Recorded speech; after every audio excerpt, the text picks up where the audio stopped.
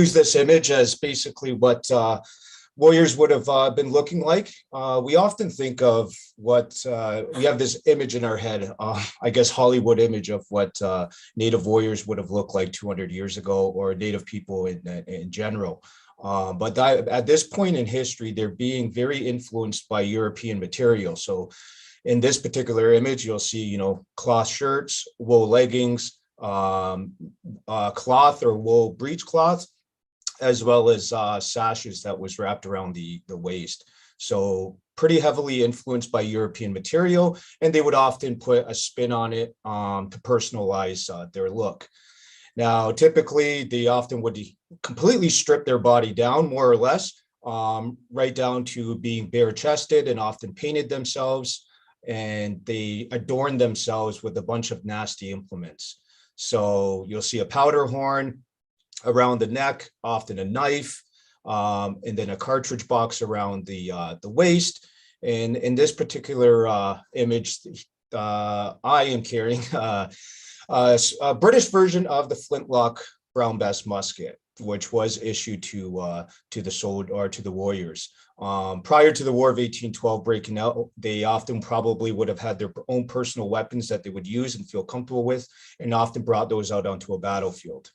You can't really see it around the waist, but they often had a knife as well, and even tied around the knees, where these leg ties would be.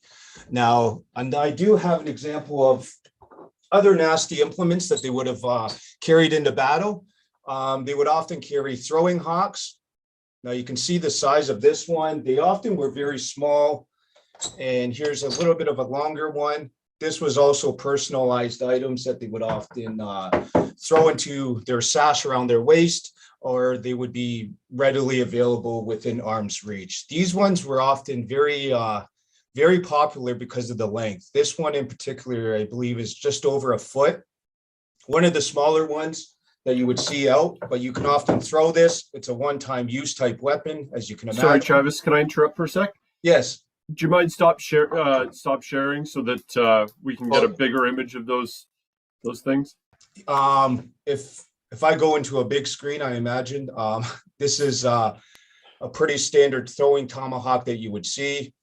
And as I mentioned before, this one's slightly longer, so you can see the differences. Pretty popular items that warriors would often use. As I mentioned, if you do throw them, they're often one-time uses.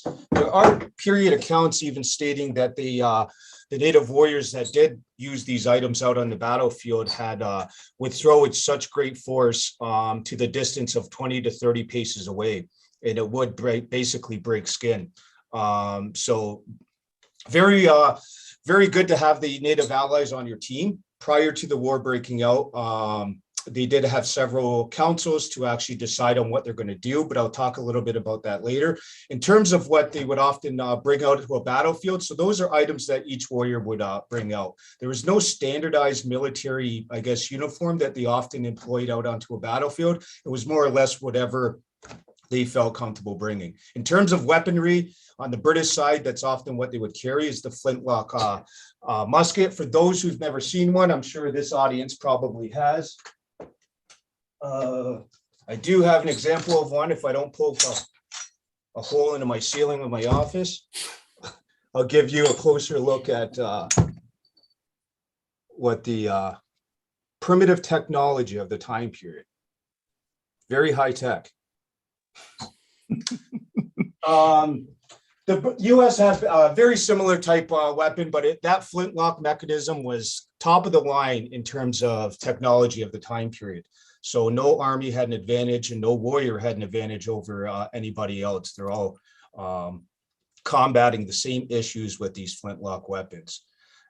In terms of the Battle of Chippewa, because it was Haudenosaunee fighting Haudenosaunee, the ones on the American side, so the U.S. Native allies, were actually told to put on a white cloth almost around their head to identify them as U.S. allies, Native allies, so that friendly fire or friendly casualties wouldn't happen out on the battlefield, which kind of contradicts being camouflage. So putting on a big white flag around your head.